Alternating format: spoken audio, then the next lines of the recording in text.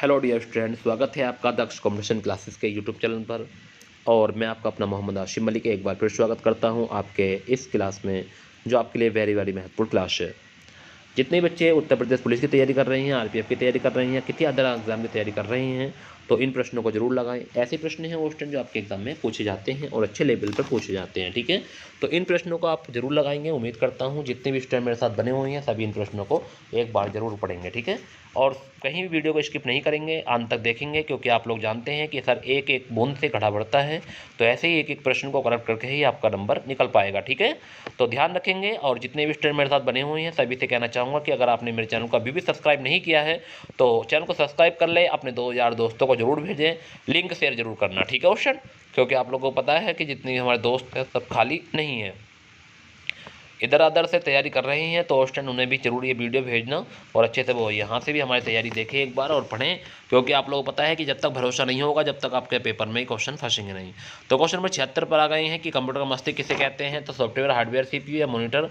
तो आप सभी लोग जानते हैं कि किसे कहते हैं, सीपीयू कहते हैं। तो इसका सही आंसर हो जाएगा सीपीयू। स्टूडेंट तो ध्यान रखना है, इसका जो सही आंसर होगा वो सीपीयू हो जाएगा, ऑप्शन नंबर सी हो जाएगा। नेक्स्ट है, कंप्यूटर का मस्तिष्क सीपीयू कहा जाता है। सीपीयू सेंट्रल प्रोसेसिंग यूनिट होती है। कंप्यूटर का nervous system centre control unit को कहा जाता है। कंप्यूटर का जनक चार्ल्स बेबेज को कहा जाता है।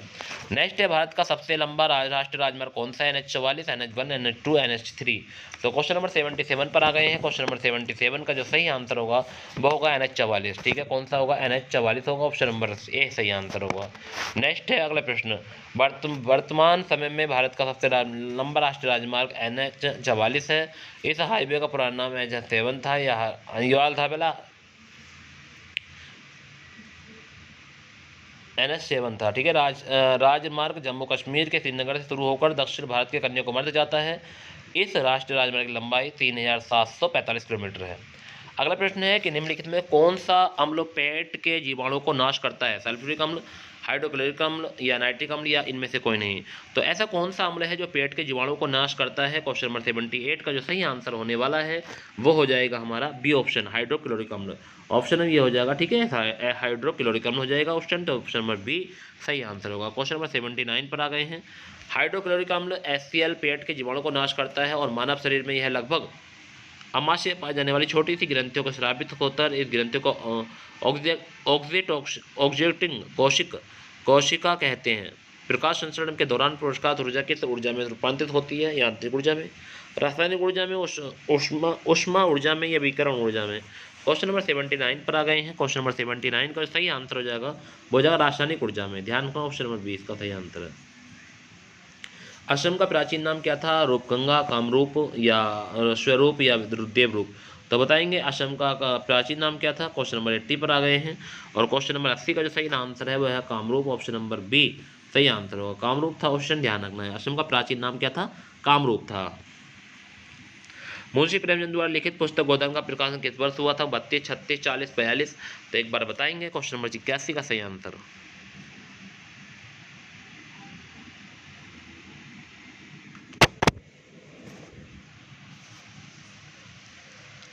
तो क्वेश्चन नंबर 81 का जो सही आंसर होने वाला है वो क्या हो जाएगा। तो आप सभी लोग जानते हैं 1936। ध्यान रखना, ऑप्शन नंबर 20 का सही आंसर होगा।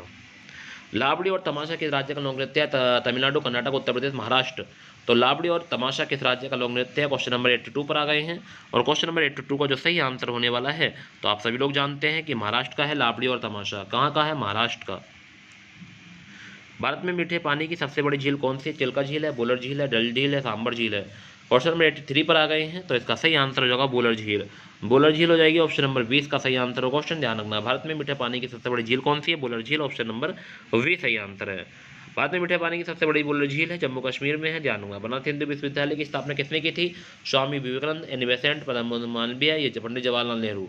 तो क्वेश्चन नंबर 84 का सही आंसर क्या होने वाला है। तो आप सभी लोग जानते हैं कि इसका सही आंसर है Pandit Madan Mohan Malviya, option number C सही आंसर है। बनारस हिंदू विश्वविद्यालय की स्थापना पंडित मदन मोहन मालवीय ने की थी 1916 में, ध्यान रखना। सार्क का प्रमुख शिखर सम्मेलन कहाँ हुआ था। काठमांडू, ढाका, जकार्ता, नई दिल्ली। क्वेश्चन नंबर 85 का सही आंसर क्या होने वाला है। तो सार्क का प्रथम शिखर सम्मेलन कहाँ हुआ था, ढाका में हुआ था, ऑप्शन नंबर 20 का सही आंसर है। Shark south Asian association of regional cooperation, Hindi में दक्षिण एशिया क्षेत्रीय सहयोग संगठन। शार्क की स्थापना 1985 ईस्वी में हुई थी। शार्क के सदस्य देश है भारत, पाकिस्तान, बांग्लादेश, नेपाल, भूटान, श्रीलंका, मालदीव एवं अफगानिस्तान। शार्क का मुख्यालय काठमांडू नेपाल में है। शार्क का प्रथम शिखर सम्मेलन 1985 ईस्वी में ढाका में हुआ था। ठीक है। त्रिपिटक निम्नलिखित में किस संबंधित जैनियों से, बौद्धों से या सिखों से, हिंदुओं से? तो बताएंगे त्रिपिटक किससे संबंधित है? तो त्रिपिटक आप लोग जानते हैं कि बौद्धों से संबंधित है। ऑप्शन नंबर 20 का सही आंसर बौद्धों से। बौद्ध धर्म के बारे में हमें विस्तृत ज्ञान त्रिपिटक से प्राप्त होता है। त्रिपिटक का संख्या 3 है, बिना पिटक, सूत्रपिटक व अभिधम्म पिटक, तीनों पिटकों की भाषा पाली है। नेक्स्ट है जैद अवस्था किसका धार्मिक ग्रंथ है? पारसियों का, यहूदियों का, ईसाइयों का, बौद्धों का। तो जैद अवस्था किसका धार्मिक ग्रंथ है? तो इसका सही आंसर है पारसियों का है। ऑप्शन नंबर ए इसका सही आंसर है पारसियों का। क्षेत्र की दृष्टि से विश्व में भारत का कौन सा स्थान है? क्वेश्चन नंबर 88 पर आ गए हैं। दूसरा है 7वां है, 5वां है, 10वां है। तो क्षेत्र की दृष्टि में विश्व में भारत का कौन सा स्थान है? तो 7वां है। ऑप्शन नंबर बी सही आंसर है। क्षेत्रफल की दृष्टि से विश्व में भारत का 7वां स्थान है, ध्यान रखना है। और क्षेत्रफल की दृष्टि से भारत में बड़े देश हैं रूस, कनाडा, संयुक्त राज्य अमेरिका, चीन, ब्राजील एवं ऑस्ट्रेलिया। जनसंख्या की दृष्टि से विश्व में भारत का दूसरा स्थान है, पहला स्थान चीन का है। प्रोटीन की फैक्ट्री किसे कहते हैं? माइटोकॉन्ड्रिया, राइबोसोम, लाइसोसोम, इनमें से कोई नहीं। क्वेश्चन नंबर 89 पर आ गए हैं। क्वेश्चन नंबर 89 का सही आंसर कमेंट कर दें कि प्रोटीन की फैक्ट्री किसे कहा जाता है? तो प्रोटीन की जो फैक्ट्री कहा जाता है वो राइबोसोम को कहता है। कई बार क्वेश्चन पूछा गया क्वेश्चन, कई बार। आपको यकीन नहीं होगा, पेपर जितान दो, ठीक है, मैं आपको दिखाऊंगा सभी प्रश्न जो पूछे जाते हैं, जो मैंने आपको पढ़ा रखे हैं। राइबोसोम इसका सही आंसर होगा ऑप्शन नंबर बी। कोशिका में प्रोटीन का संश्लेषण राइबोसोम में होता है, इसलिए प्रोटीन की फैक्ट्री कहा जाता है। माइटोकॉन्ड्रिया की कोशिका में बिजली घर कहाँ जाता है? माइटोकॉन्ड्रिया को कोशिका का बिजली घर भी कहा जाता है, और लाइसोसोम को आत्महत्या की थैली कहा जाता है। ठीक है, ये तीनों फैक्ट आपको ध्यान रखने हैं। कोशिका में प्रोटीन का संश्लेषण राइबोसोम में होता है, इसलिए प्रोटीन की फैक्ट्री कहा जाता है। ठीक है, प्रोटीन की फैक्ट्री कहा जाता है। माइटोकॉन्ड्रिया को कोशिका का बिजली घर कहा जाता है, और लाइसोसोम को आत्महत्या की थैली कहा जाता है, लाइसोसोम को। मानव शरीर में गुणसूत्रों की संख्या कितनी होती है? 46, 48, 49, 50। बताएंगे एक बार सही आंसर। तो क्वेश्चन नंबर 90 पर आ गए हैं। क्वेश्चन नंबर 90 का सही आंसर होगा 46 होते हैं। ऑप्शन नंबर ए का सही आंसर होगा।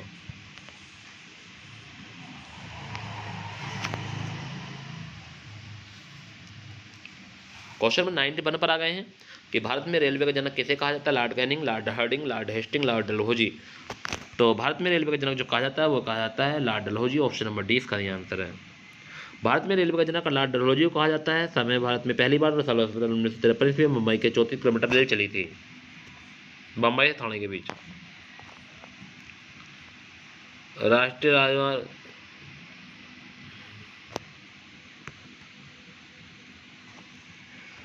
तो क्वेश्चन नंबर 92 में सही आंसर होगा राष्ट्रीय राजमार्ग संख्या 1 कहाँ से कहाँ तक है? तो प्रयागराज से हल्दिया। ऑप्शन नंबर ए इसका सही आंसर हो जाएगा। राष्ट्रीय जलमार्ग संख्या 1 प्रयागराज से हल्दिया है। राष्ट्रीय जलमार्ग गंगा, भागीरथी और हुगली नदी तंत्र में स्थित है। इस जलमार्ग पर स्थित प्रमुख बंदर शहर इलाहाबाद, नया नाम प्रयागराज है। वाराणसी, मुगलसराय, बक्सर, आरा, पटना, मुंगेर, भागलपुर, फरक्का, कोलकाता तथा हल्दिया है। किसी हवाई जहाज की ऊंचाई मापने के उपकरण का प्रयोग किया जाता है? अल्टीमीटर, बैरोमीटर, अनीमीटर, या इनमें से कोई नहीं। तो क्वेश्चन नंबर 73 का सही आंसर क्या होने वाला है? तो आप अल्टीमीटर बोलते हैं सर, उसे क्या बोलते हैं? अल्टीमीटर। किसी हवाई जहाज की ऊंचाई मापने के लिए अल्टीमीटर का प्रयोग करता है। बैरोमीटर इस वायु दाब को मापा जाता है। एनीमीटर इससे हवाई गति मापी जाती है। ठीक है। वर्षा की बूंद गोलाकार क्यों होती है? गोलाकार के कारण, प्रथम तनाव के कारण, वातावरण घर्षण के कारण, या अत्यंत के कारण। तो वर्षा में बूंद गोलाकार क्यों होती है?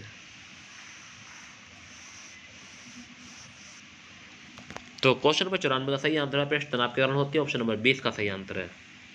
आंख में रेटिना प्रतिबिंब होता है ऑस्टेंट। तो ये अच्छा प्रश्न है, कई बार पूछा गया है। तो आंख के रेटिना प्रतिबिंब होता है वास्तविक, उल्टा, सीधा व खड़ा और वास्तविक, आभासी और सीधा खड़ा, और बढ़ा हुआ और वास्तविक। तो आंख के रेटिना में प्रतिबिंब होता है तो वास्तविक और उल्टा। ऑप्शन नंबर ए का सही आंसर है।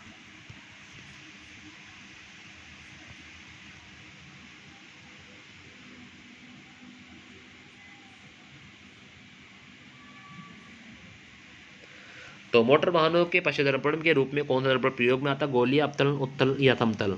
तो क्वेश्चन नंबर 96 पर आ गए हैं। तो क्वेश्चन नंबर 96 का सही आंसर हो जाएगा उत्तल। मोटर वाहनों में पीछे के दृश्य को देखने के लिए साइड मिरर के रूप में अवतल, उत्तल दर्पण का प्रयोग किया जाता है। कान यानी आँख, कान एवं नाक और दांत के डॉक्टर द्वारा गाड़ी के हेलमेट, सोलर कुकर पे दाढ़ी बनाने का अवतल दर्पण का प्रयोग किया जाता है। ठीक है, ध्यान रखना।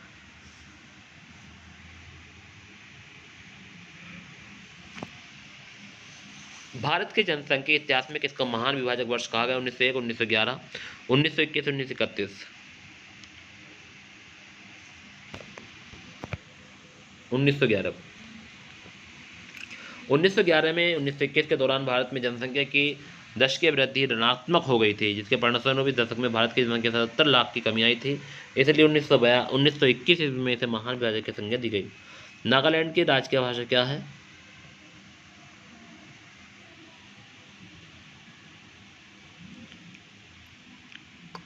तो नागालैंड की जो राजकीय भाषा है वो क्या? अंग्रेजी। ऑप्शन ध्यान रखना, कैसी है? अंग्रेजी।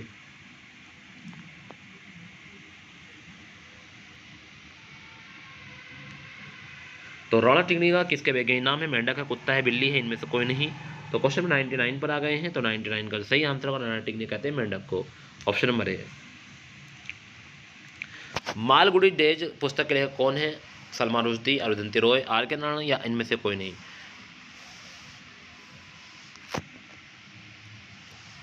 तो क्वेश्चन नंबर 100 का जो सही आंसर होने वाला है वो हो जाएगा आर के नारायण। ऑप्शन नंबर सी सही आंसर होगा क्वेश्चन। तो ये थे आज के हमारे वेरी महत्वपूर्ण प्रश्न क्वेश्चन। आपको कैसे लगे? मात्र 10 से 11-12 मिनट लगे होंगे। आपको मैंने पूरे 25 प्रश्न पढ़ा दिए हैं क्वेश्चन। तो आपको बहुत ही अच्छे लगे होंगे, क्योंकि मैं मानता हूँ कि ऐसे प्रश्न थे जो आपके एग्जाम में पूछे जाते हैं।